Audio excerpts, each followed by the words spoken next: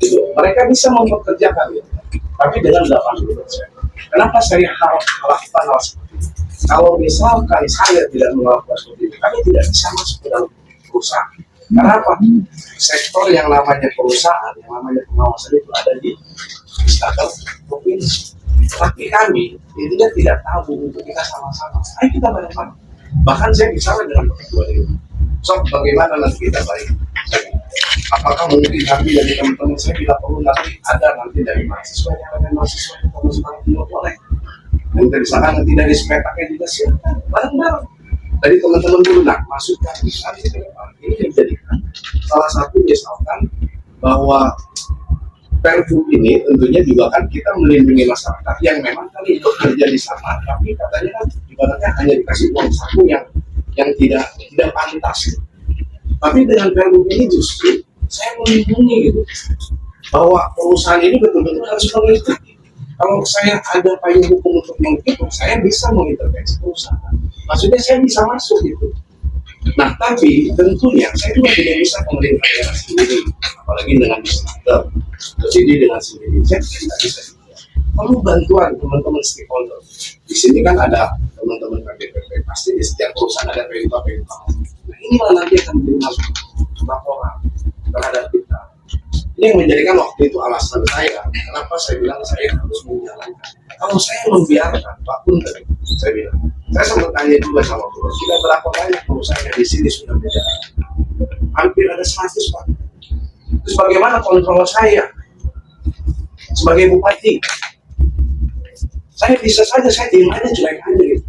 Oh, Bekasi sudah jalan, Perpu itu juga di Bekasi sudah ada semua, di Bogor sudah ada, di Bandung sudah ada. Tapi kan saya juga melihat, saya juga nanya di sana, bagaimana di sana? Ya mereka juga sama gitu. Bagaimana seorang bupatinya dan wali kotanya melindungi. Nah, itulah yang menjadikan dasar alasan kami. Kenapa saya sebagai bupati akhirnya saya mengambil dalam peraturan ini, coba aku naikkan, gitu loh, masukkan. Jadi kalau misalkan nanti ada perusahaan yang ini, yang mau tidak mau konsekuensi dia, kita pun akan kami sanksi juga gitu. Nah, ini. Nah, terus yang kedua, penting saya sampaikan juga. Hal-hal yang mungkin hari ini tadi disampaikan Pak Bupati, dibilang bahwa tentunya mengenai sekolah, gitu kan. Ini kita berbicara tadi ya, saya sampaikan masalah sekolahan gitu kan, yang hari ini. Saya sebagai Bupati itu, Bapak boleh lihat dari mulai 2024 kemarin, bagaimana saya betul-betul mengukur yang namanya benar. So boleh dicek, saya pikir teman-teman juga semua di sini. Saya bilang, bagaimana kami meningkatkan yang namanya kerawanan cerdas. Kami berikan 60% justru bukan terhadap anak-anak yang bukan anak yang pintar. Kami berikan justru terhadap anak-anak fakir miskin, bukan yatim piatu, termasuk anak hafiz Quran. Mereka pun harus itu. Makanya kenapa anggaran di tahun 2025 saya naikkan jadi 25. Besok di 2026 saya naikkan jadi 30 miliar. Karena apa? Saya harus berpihak terhadap masyarakat. Termasuk juga sama kesehatan. Saya juga sama, saya bilang, saya itu orang terakhir. Hari ini kebetulan saya tinggal di Lesinda. Saya juga sama orang kampung gitu. Bagaimana akses masyarakat yang namanya kesehatan gitu kan. Di saat mereka punten kemarin di PHK oleh perusahaan, mau mengakses lagi kesehatan nggak bisa karena nggak punya BPJS. Saya pun sama. Kalau saya berbicara berdarah-darah, saya demi Allah, saya ngomong dengan tim PHP gitu kan. Saya sampai ngomong, tidak ada saya bilang di zaman saya namanya kesehatan harus dijamin oleh pemerintah. Setiap tahun 320 miliar kami berniaga. Makanya sekarang infrastruktur, lihat kenapa saya juga membangun rumah sakit di wilayah utara, gitu kan? Kenapa saya paksakan? Kenapa saya juga hari ini membangun 50 puskesmas yang ada di Karawang sekarang untuk rawat inap semua? Ini adalah salah satu pendekatan. Tapi dapat buat saya. Tadi kata Kang Tio, wajar Pak Bupati, namanya juga seorang bupati, harus membenarkan dan saya selalu gunakan semua. Saya siapapun, Pak, boleh tanya. Kalau saya setiap pakai, selalu saya catat. Kenapa saya selalu mengadakan pakai setiap hari Selasa, setiap hari Kamis? Kita datang ke tengah masyarakat. Saya tanya apa yang menjadikan kita hari ini. Nah hari ini alhamdulillah teman-teman sudah menyampaikan di KBPP bukan berbicara tentang masalah buruh saja. Ini kan alhamdulillah lah. nanti bisa memberikan masukan-masukan terhadap saya sebagai bupati. Nah, jadi saya berharap mudah-mudahan kita sama-sama. Makanya kenapa saya bilang saya pakai jargon Karawang maju, Karawang maju, Karawang maju. Sebenarnya itu. Dulu saya bilang Karawang ini interaksi, indah, tertib, aman, dan bersih. Udah. Tapi paradigmanya hari ini harus maju. Makanya saya membuat infrastruktur, bolehlah mungkin yang di wilayah utara tanyalah, silakan coba jalan di wilayah sana. Bagaimana dulu yang namanya gap gitu loh, antara wilayah kota di sini dengan wilayah utara. Tapi coba lihat 2025 sekarang saya membangun di Dapil 3 semua SD dan SMP gitu loh. Semua besok di 2026 saya Dapil 2 semua saya perbaiki semua. Ambil anggaran hampir 90 miliar. Dan kita memang prioritas. Nah, berbicara tentang masalah efisiensi, hari ini pun saya bilang saya dari pertama aja, mungkin teman-teman KBP sudah tahu gaya kepemimpinan seperti apa. Makanya punten ada yang suka, ada yang tidak suka dengan gaya kepemimpinan saya. Gitu. Tapi saya bilang yang penting saya itu bukan saya ini dipilih oleh rakyat. Apa yang diharapkan oleh masyarakat pada waktu itu ya tadi minta secara ibaratnya hari ini bagaimana infrastruktur, masalah kesehatan, masalah pendidikan.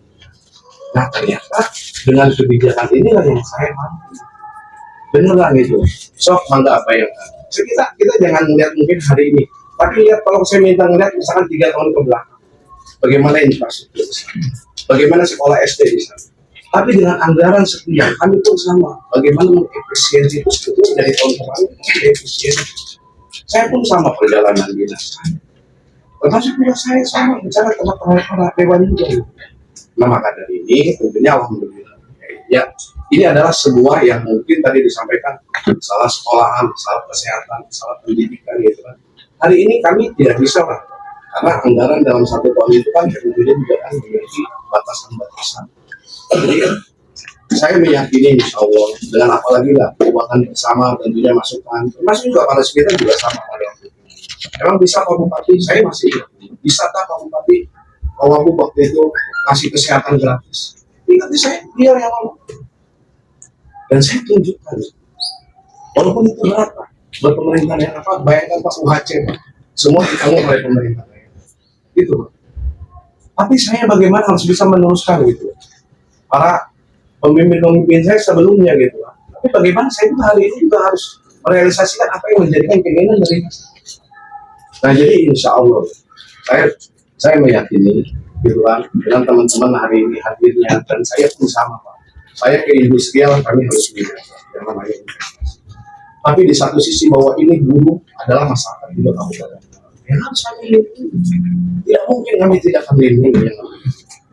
Termasuk juga sama isu-isu yang kadang-kadang seperti kayak kemarin. Apakah berarti bupati coba katanya menginikan pabrik kayak juicy? Saya nggak ada masalah. Kami pun langsung disinar di situ yang misalkan dengan ini. Tapi yang memang tadi mungkin Kang Tio bilang, Bupati kenapa celaka mobil ke wilayah utara itu kan adalah wisata naik mobil. Ya kami gimana? Itu kan jalannya jalan provinsi. Dan kami pun tidak bisa apa-apa gitu. Tapi kami berdalil dengan Pak Gubernur. Saya menyampaikan, saya melakukan kebijakan ini. Tapi ya walaupun enggak, ya saya bilang perusahaan itu ada di wilayah Bekasi dan saya komunikasikan dengan Bupati Bekasi. Hal-hal yang prinsipal Pak, saya pikir yang membuat tentunya kenyamanan tentunya masyarakat gitu kan pasti itu menjadikan sebuah masuk juga saya sampaikan kenapa saya pun sama membangun kayak baru di laut tadi lah di wilayah pesisir utara saya pikir boleh cek zaman kepemimpinan saya kenapa saya naikkan menjadi 2.500 gitu Pak sama Pak masyarakat di sana juga sama mereka juga bagaimana rumah-rumah yang tidak layak gitu kan bagaimana kita juga harus betul-betul harus masuk menunggu sampai